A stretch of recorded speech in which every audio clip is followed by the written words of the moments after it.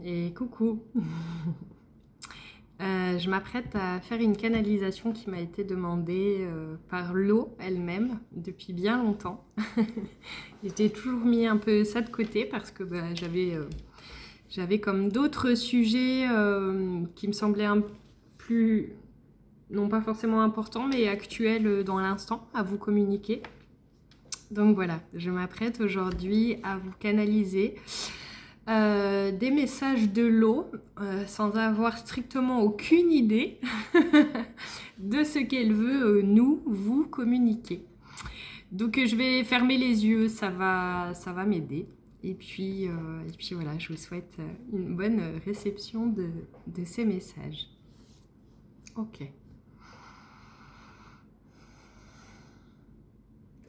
Alors, l'eau se présente en exprimant qu'elle est beaucoup de choses apparemment, puisqu'elle se présente de différentes façons, en exprimant qu'elle est le reflet de chacun de nous et en exprimant qu'elle est la mère de tout ce qui...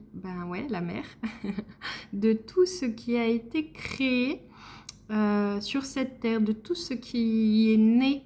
Elle se présente comme étant, oui, quelque chose de l'ordre de la mère originelle, en tout cas vis-à-vis du plan terrestre. Elle se considère comme la mère à l'origine de beaucoup de choses, si ce n'est de ce monde, de cette matière, en tout cas telle qu'on la connaît aujourd'hui. Elle exprime que présentement, elle se sent parfois comme une veuve éplorée et qu'elle pleure vraiment. Elle porte en son sein, en son centre, toutes nos larmes et elle pleure régulièrement. Elle dit tous ses enfants perdus. Donc tous les êtres qu'elle voit être... non seulement dans une forme de chagrin, mais aussi dans une forme de perdition. Elle dit que plus on aura l'instinct de nous relier à elle, plus elle pourra nous porter ses bénéfices et ses bénédictions. Elle exprime que ce n'est pas pour rien que de tout temps l'homme bénit depuis le support de l'eau. C'est parce que justement l'eau en elle-même contient les germes de la bénédiction mais aussi de la rédemption.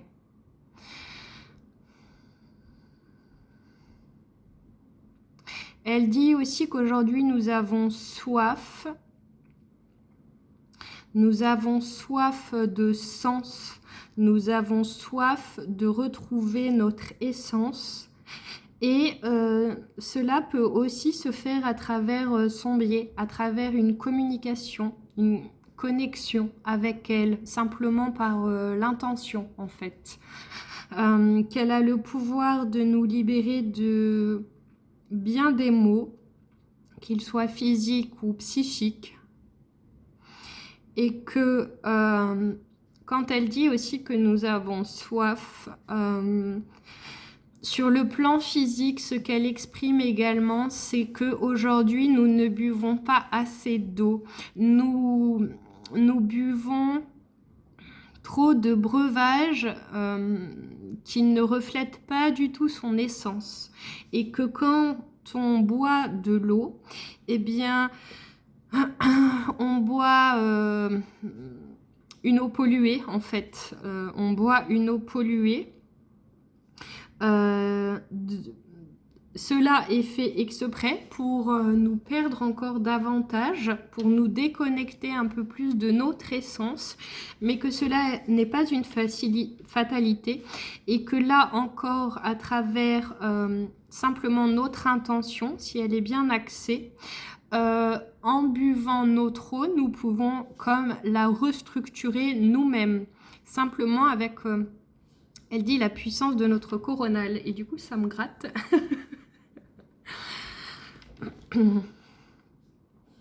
Elle nous dit de ne pas hésiter à venir nous baigner, nous laver en elle, qu'elle peut tout porter, tout supporter, tout transcender et qu'elle est là pour ça et que elle nous invite à faire bien plus souvent appel à elle et elle veut aussi nous aider.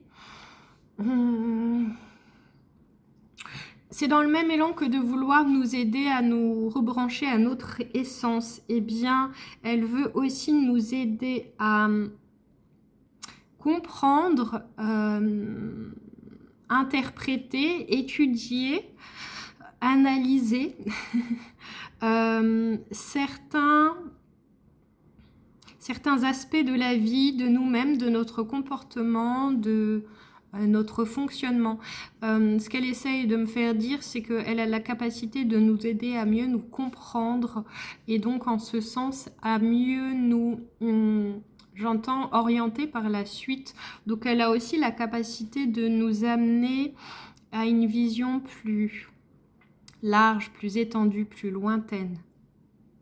Et je regardais de côté parce que du coup forcément je me mets en lien avec la mer pour canaliser l'eau.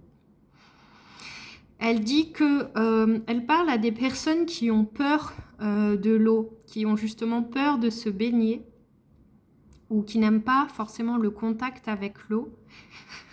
Et elle dit que cela concerne des personnes qui ont justement très peur de se relier à leur profondeur et de voir ce qui leur sera révélé vis-à-vis d'eux-mêmes et donc de leur profondeur. Elle dit que cela s'apprivoise et qu'elle est toute disposée à nous enrober, à nous câliner de la meilleure des façons pour que nous ne nous sentions pas violentés à l'égard de ce qu'elle va nous refléter, donc de nous-mêmes et de notre intériorité.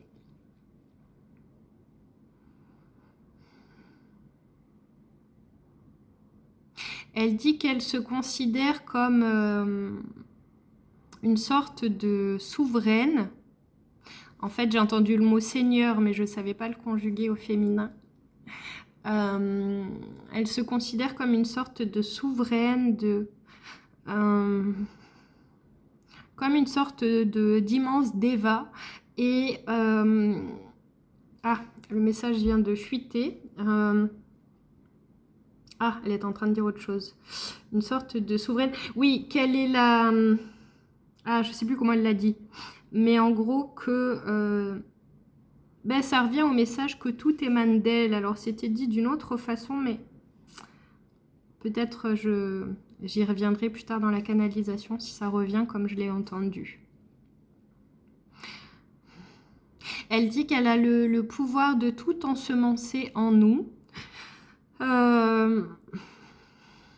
Mais que pour cela, encore une fois, il y a besoin que nous émettions les intentions ou l'intention que nous souhaitons.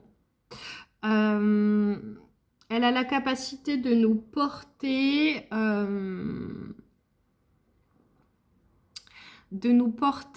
vers notre hauteur aussi, vers notre lumière, une forme d'ascension, qu'elle est aussi très en lien avec ce qu'on nomme la nouvelle terre. Elle parle de nouvelle matrice. Et elle dit que ce qui nous manque énormément en tant qu'humains aujourd'hui, c'est la communication. Communication de nous à nous et communication entre nous. Oui, elle déplore cela, elle dit que ça nous fait beaucoup de défauts et que ça crée énormément de séparation entre les êtres aujourd'hui, là où on a tellement besoin d'être tous en lien et de nous sentir unis et reliés. Elle dit qu'elle veut, ou elle redit, je ne sais plus, qu'elle veut apaiser nos cœurs, elle dit pas blessures, mais nos émotions un peu douloureuses. Et oui, ça revient à l'idée qu'elle peut nous laver de cela.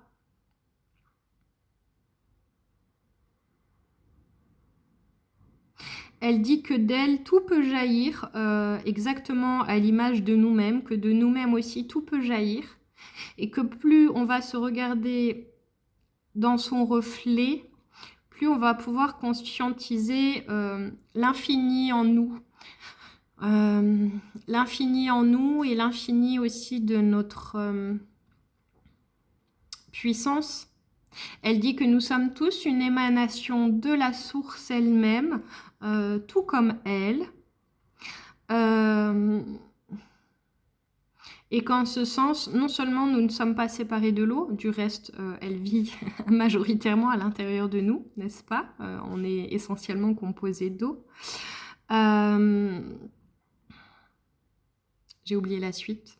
Pardon, ça m'arrive beaucoup quand je canalise d'oublier ce que je suis en train de dire. Elle dit qu'elle nous aime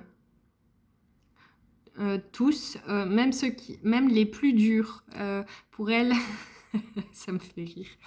Les plus durs, c'est comme les plus récalcitrants, les plus suspicieux, les plus ceux qui sont le plus ancrés dans leur schéma de dysfonctionnement. Elle n'a évidemment aucun jugement sur qui est quoi et comment, sur ce que chacun expérimente. Mais voilà, elle regrette de ne pas pouvoir mieux nous servir individuellement aussi dans notre conscience, dans notre élévation. Elle regrette de ne pas nourrir plus le lien avec certains êtres qui auraient vraiment besoin de s'appuyer sur elle. C'est vraiment l'image d'une mère aimante qui nous enlace.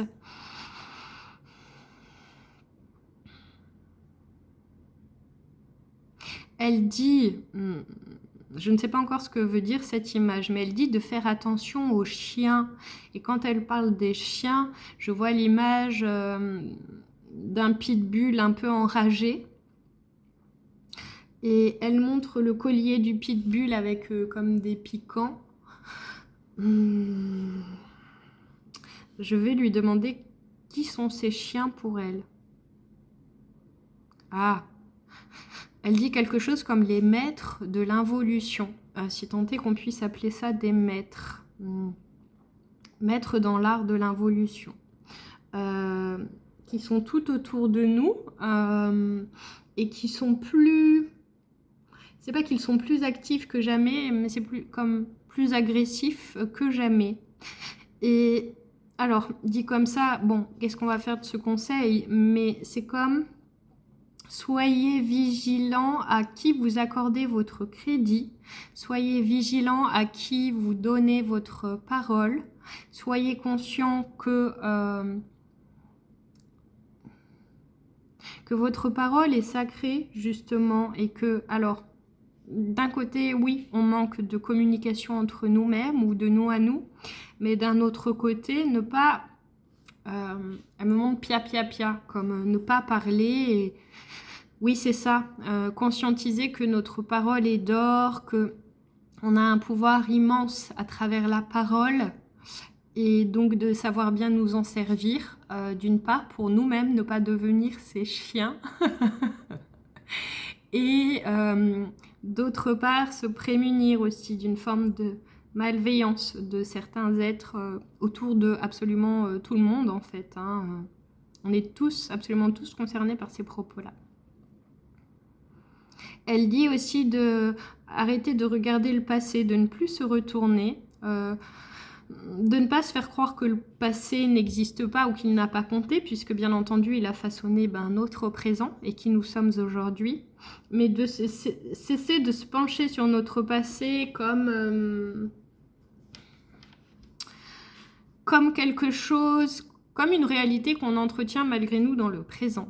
Voilà, c'est cette notion de détachement, de délier en fait, pour pouvoir se relier et s'unir plus profondément dans l'instant et dans une forme de communion et de conscience du sacré, et que se tourner régulièrement vers le passé selon l'eau, ça empêche ça. Et donc elle nous encourage aussi à avoir une attitude davantage de laisser couler dans la vie, tout simplement, se laisser porter, se laisser conduire et laisser couler ce qui n'a pas de, elle dit, d'usage pour nous, dans le sens d'intérêt, d'utilité. Elle dit aussi que c'est autant le principe féminin que le principe masculin, et que l'astre solaire se reflète en elle-même, et que l'un inonde, dans le sens nourrit l'autre. Elle dit, en nous-mêmes, c'est pareil, nous sommes à l'image de l'eau et du soleil, et donc nous ne pouvons pas séparer notre principe féminin et notre principe masculin. Elle dit qu'elle est partout, qu'elle s'infiltre partout tout le temps, que l'univers n'existera jamais sans elle, qu'elle sait tout de nous, qu'elle contient absolument toutes les mémoires. Tout est engrammé dans l'eau. Et encore une fois, c'est aussi pour ça qu'elle dit que c'est important de donner une intention à notre eau, notamment avant de la boire ou avant de se laver, avant d'aller se baigner, etc. Tout ce qui est en lien avec l'eau. Pour pouvoir recevoir d'elle ce que nous avons besoin de recevoir, et non pas des informations ou des éléments qui viendraient nourrir notre inconscient et dont justement nous n'avons pas besoin. Elle met en lien l'inconscient collectif et ce qui est véhiculé aussi à travers l'eau, à travers tout ce qu'elle véhicule.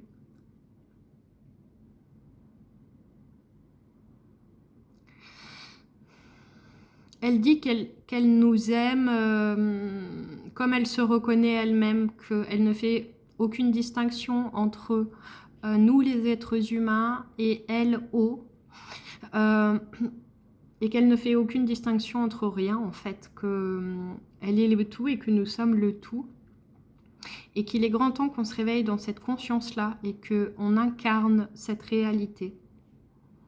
Elle dit qu'elle compte sur nous pour nous réveiller plus ardemment, de ne pas avoir peur de faire de vagues, et que les tempêtes, c'est aussi ce qui amène le nettoyage et le changement. Donc, oser se laisser traverser, oser faire émerger les profondeurs en nous, et que c'est qu'à partir de ce courage-là que nous aurons l'occasion de nous renouveler au niveau cellulaire. Elle dit encore qu'elle a bien d'autres choses à nous communiquer, mais que pour cette fois, ça suffit. Parce que ne pas trop en dire d'un coup, pour que nous laisser l'opportunité d'infuser déjà ces messages-là. Voilà. Alors je m'arrête là-dessus, je l'écoute. Et elle nous souhaite à chacun un bon vent de liberté. Et c'est ce que je nous souhaite aussi. Je vous embrasse très fort, prenez soin de vous, je vous aime et à bientôt.